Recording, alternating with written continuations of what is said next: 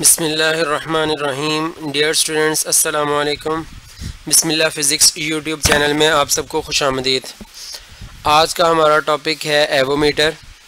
ये वो electrical instrument है जिसके ज़रिए से हम करंट को एम्पेयर्स में, पोटेंशियल डिफरेंस को वोल्ट्स में और रेजिस्टेंस को ओहम्स में मेजर करते हैं। यानी 3 in 1 है।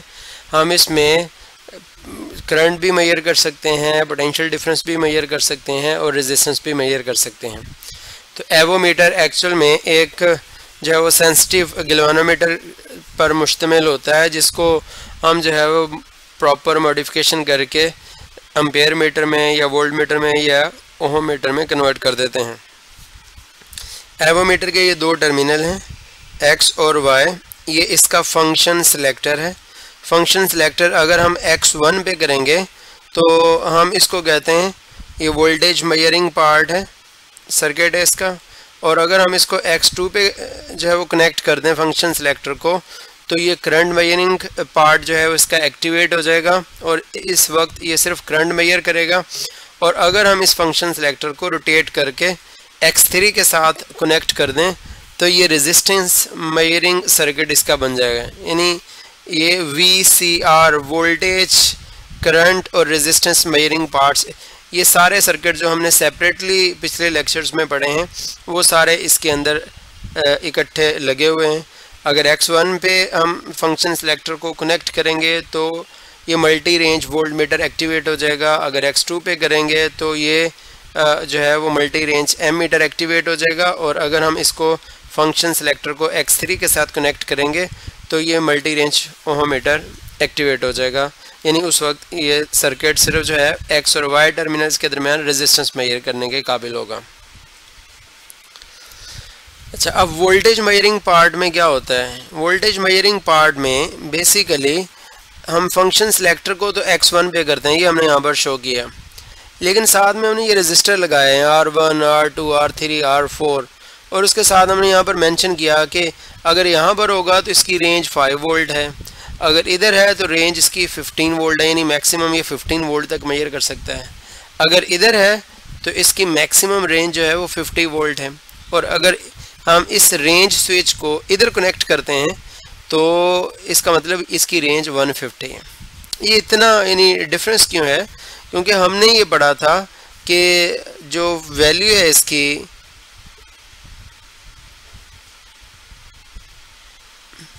RH की वैल्यू वो हमने पढ़ा था V/IG माइनस RG के बराबर होता है। जितना वोल्ट मीटर की रेंज ज़्यादा होगी, वोल्ट मीटर की रेंज के ज़्यादा होने पर जो इसके साथ RH की रेजिस्टेंस है उसकी वैल्यू भी ज़्यादा हो जाएगी। तो यहाँ पर वोल्ट मीटर की रेंज जस्ट 5 वोल्ट है, ये 5 वोल्ट को मेजर करेगा। तो इसका मतलब ये R1 की रेजिस्टेंस कम है। यहाँ पर 5 अगर लिखेंगे तो RH की वैल्यू कम आएगी। और अगर ये इसकी रेंज हम 15 वोल्ट देखना चाहते हैं तो उसके लिए हमें R2 ये जो रेजिस्टर है इसको गैल्वेनोमीटर के साथ सीरीज़ में जो लगाना पड़ेगा। तो R2 की वैल्यू कंपैरेटिवली R1 से ज़्यादा होगी। क्यों? क्योंकि जब यहाँ पर 15 पुट करेंगे 5 की जगह पर तो RH की वैल्यू भी ज़्यादा आ जाएगी। तो जितनी वोल्ट मीटर की रेंज बढ़ती रहेगी, यहाँ पर सबसे ज़्यादा रेंज 150 वोल्ट दिखाई गई है। तो इसका मतलब ये जो 150 वोल्ट के कोरिस्पॉन्डिंग R4 रजिस्टर है उसकी वैल्यू सबसे ज़्यादा है।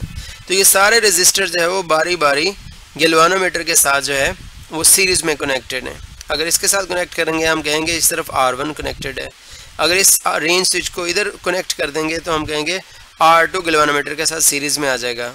अगर R3 को हम गैल्वेनोमीटर के रेंज स्विच को इधर कनेक्ट करेंगे तो हम कहेंगे R3 गैल्वेनोमीटर के साथ सीरीज़ में आ गया। इसी तरह ये है। और इसका अगर हम जो है वो स्केल देखें तो वो कुछ इस तरह से होता है। हम उसको समझने की कोशिश करते हैं। फ़र्ज़ करें मैं कहता हूँ यहाँ पर 0 है और ये 0 को रिप्रेजेंट कर रहा है। यहाँ पर जो है वो 1 है और यहाँ पर मैं कह रहा हूँ फ़र्ज़ करें 2 है और यहाँ पर 3 है और यहाँ पर फ़र्ज़ करें 4 है और यहाँ पर इसका जो एक्सट्रीम है वो 5 वोल्ट है। अब ये जब हम रेंज स्विच को R1 से कनेक्ट करेंगे तो ये स्केल जो है इसके ज़रिए से हम वोल्ट मीटर को उससे वोल्टेज को जो है वो मेजर करेंगे। और अगर वोल्ट मीटर पे इस तरह कई स्केल जो है वो ड्रॉ होते हैं एवोमीटर के ऊपर, और अगर हमने रेंज स्विच को, ये जो रेंज स्विच है इसको हमने R2 के साथ कनेक्ट किया तो इसका मतलब मैक्सिमम वोल्टेज हम कितनी मेजर कर सकते हैं, 15 वोल्ट। तो हमारे पास ये स्केल कुछ इस तरह से बनेगा, यहाँ पर फिर 0 ही, यहाँ पर इसके कॉरेस्पॉन्डिंग जो है वो 3 आ जाएगा, और यहाँ पर 6 आ जाएगा, और यहाँ पर 9 आ जाएगा, और इधर 12, और इधर जो है 15 वोल्ट।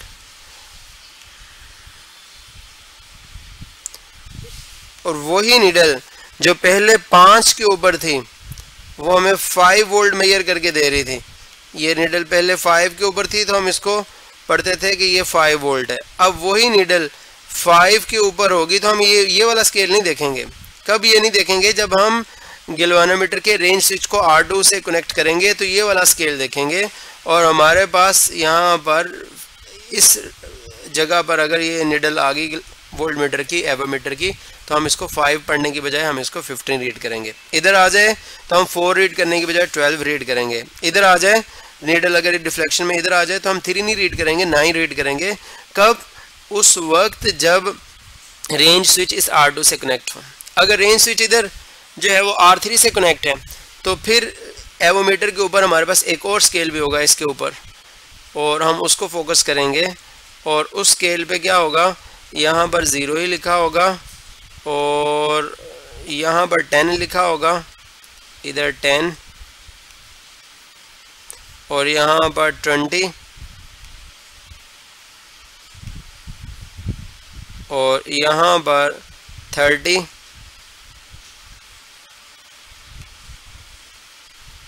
यहाँ पर 40, और यहाँ पर 50 लिखा होगा।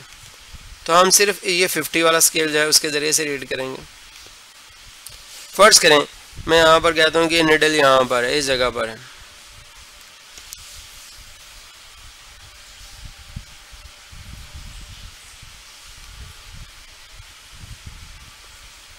मैं कह रहा हूँ ये निडल फर्ज करें यहाँ पर है, ये 3 के ऊपर। ये 3 वोल्ट इससे तब रीड करेंगे अगर रेंज स्विच को हमने R1 से कनेक्ट किया हो, ये वाला R1 रेंज स्विच को, और हम इससे अगर R2 से कनेक्ट करेंगे तो इसी जगह पर निडल की इसी पोजीशन के ऊपर हम 3 वोल्ट नहीं रीड करेंगे, हम इसको रीड करेंगे 9 वोल्ट। और अगर हमने रेंज स्विच को R3 से कनेक्ट किया तो इस वक्त हम कितने वोल्टेज को मेजर करेंगे, 30 वोल्ट को। तो बहरहाल ये हमारे पास एक जो है ये मल्टी रेंज वोल्ट मीटर है। जितनी हम रेजिस्टेंस गैल्वेनोमीटर के साथ सीरीज़ में बढ़ाते जाएंगे उतनी उसकी रेंज बढ़ती रहेगी। उसके बाद जो है नेक्स्ट है, और वोल्टेज में वो कह रहा है कि ये AC वोल्टेज को भी मेजर कर लेता है वोल्ट मीटर जो है, लेकिन हम AC को पहले DC वोल्टेज में कन्वर्ट करते हैं एक सर्किट यूज़ करके जिसको रेक्टिफायर कहते हैं। तो ये लिखा alternating voltage are also measured by avometer. AC voltage is first converted into DC voltage by using diodes as rectifier and then measured as usual. तो वो कह रहा है कि हम एवोमीटर के ज़रिए से DC वोल्टेज के साथ साथ AC वोल्टेज को भी मेजर कर सकते हैं, लेकिन पहले डायोड के साथ ये एक इलेक्ट्रॉनिक जो है वो कंपोनेंट है, उसके ज़रिए से हम AC वोल्टेज को DC में कन्वर्ट करते हैं। और जो सर्किट है AC को DC में कन्वर्ट करने वाला उसको रेक्टिफायर कहा जाता है। हमारे यहाँ जो हम मोबाइल फ़ोन में चार्जर लगाते हैं तो उसमें भी ऐसा ही होता है। मोबाइल फ़ोन हमारा 3 से 4 वोल्ट के दरमियान अमूमन जो है वो चार्ज हो रहा होता है और DC वोल्टेज पे चार्ज होता है। तो हम मोबाइल फ़ोन को जब जो है वो लगाते हैं AC पावर सप्लाई के साथ, हमारे घरों में जो करंट आ रहा होता है वो AC होता है। तो मोबाइल फ़ोन के अंदर एक छोटा सा ट्रांसफार्मर होता है, उसके चार्जर के अंदर वो स्टेप डाउन करता है वोल्टेज को 220 वोल्ट से स्टेप डाउन करके 3 वोल्ट या जितना कंपनी ने उसकी रिक्वायरमेंट बनाई है उतने वोल्टेज में स्टेप डाउन कर देता है। फिर एक और सर्किट भी होता है रेक्टिफायर का, जो एसी वोल्टेज को डीसी में कन्वर्ट करता है और वही डीसी करंट हमारे मोबाइल फ़ोन की बैटरी में जाके स्टोर हो जाता है। ये बात भी याद रखिएगा, एसी करंट को स्टोर नहीं किया जा सकता, हाँ उसको डीसी करंट में कन्वर्ट करके स्टोर किया जा सकता है। तो यहाँ पर वो यही कह रहे हैं कि हम इसे एसी वोल्टेज भी मेजर कर सकते हैं, लेकिन पहले उसको रेक्टिफायर सर्किट के ज़रिए से डीसी वोल्टेज में कन्वर्ट करना पड़ेगा, फिर वो मेजर होगा।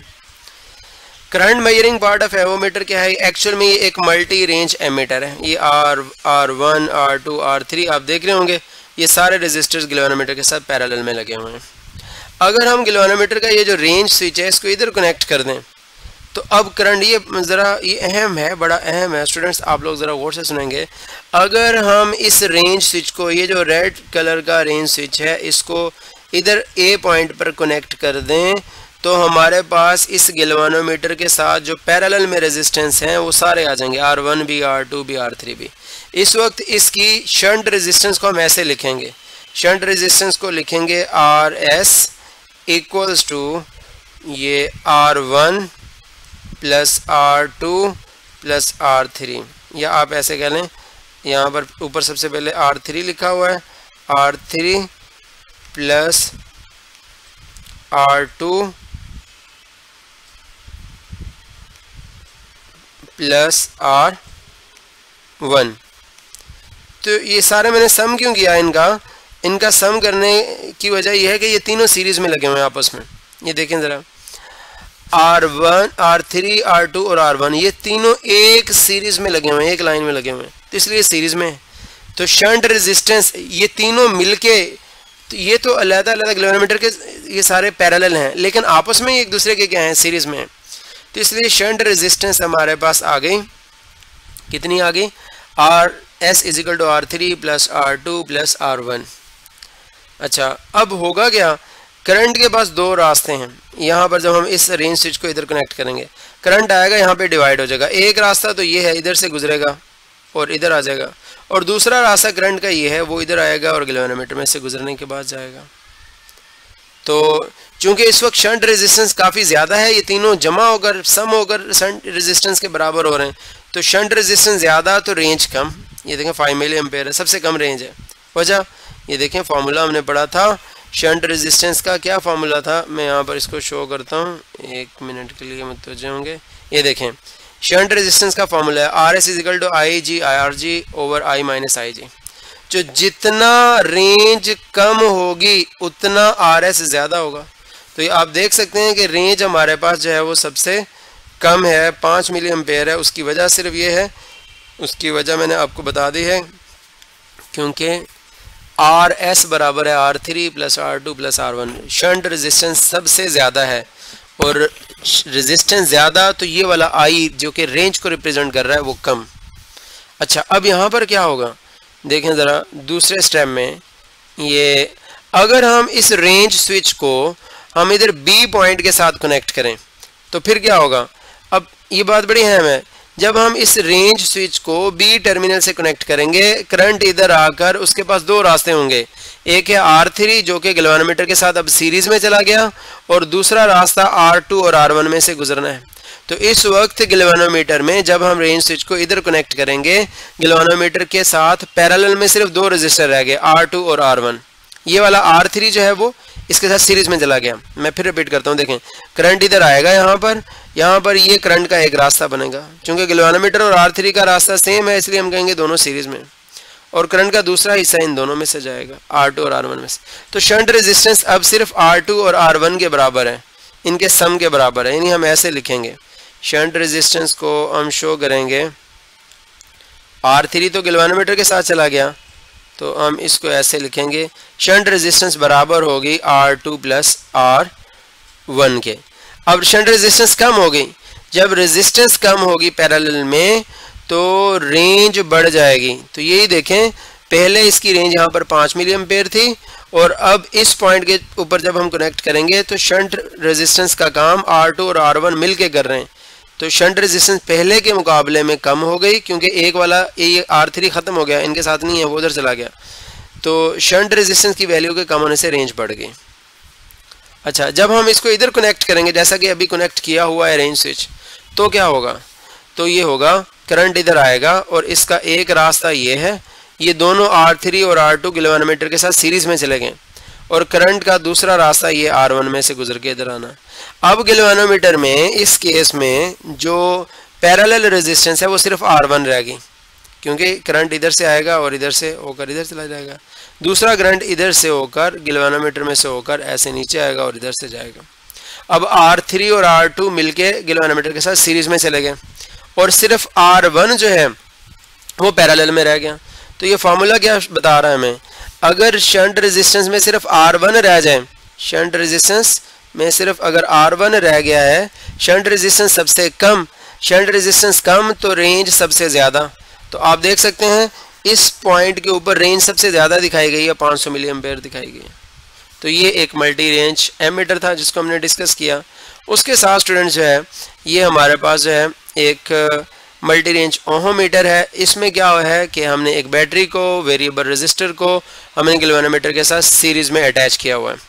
फंक्शन सिलेक्टर को जब X3 पे करेंगे, ये देखें हमने यहाँ पर पहले पढ़ा है कि अगर फंक्शन सिलेक्टर यहाँ पर X3 पे कनेक्ट होगा तो हमारे पास रेजिस्टेंस मेजरिंग सर्किट जो है वो एक्टिवेट हो जाएगा। अब रेजिस्टेंस मेजरिंग सर्किट में क्या होता है, ये कल हमने पढ़ा था, ये X और Y के दरमियान वो रेजिस्टेंस लगाई जाती है जिसको हमने मेजर करना होता है। तो हम क्या करते हैं, सबसे पहले तो इसको ऑपरेट करने से पहले X और Y को हम मिला देते हैं, शॉर्ट सर्किट कर देते हैं इस रेजिस्टेंस को बाहर निकाल के। तो गैल्वेनोमीटर की जो सुई है वो आउट ऑफ स्केल चली जाती है, कल हमने पढ़ा था ओहममीटर में।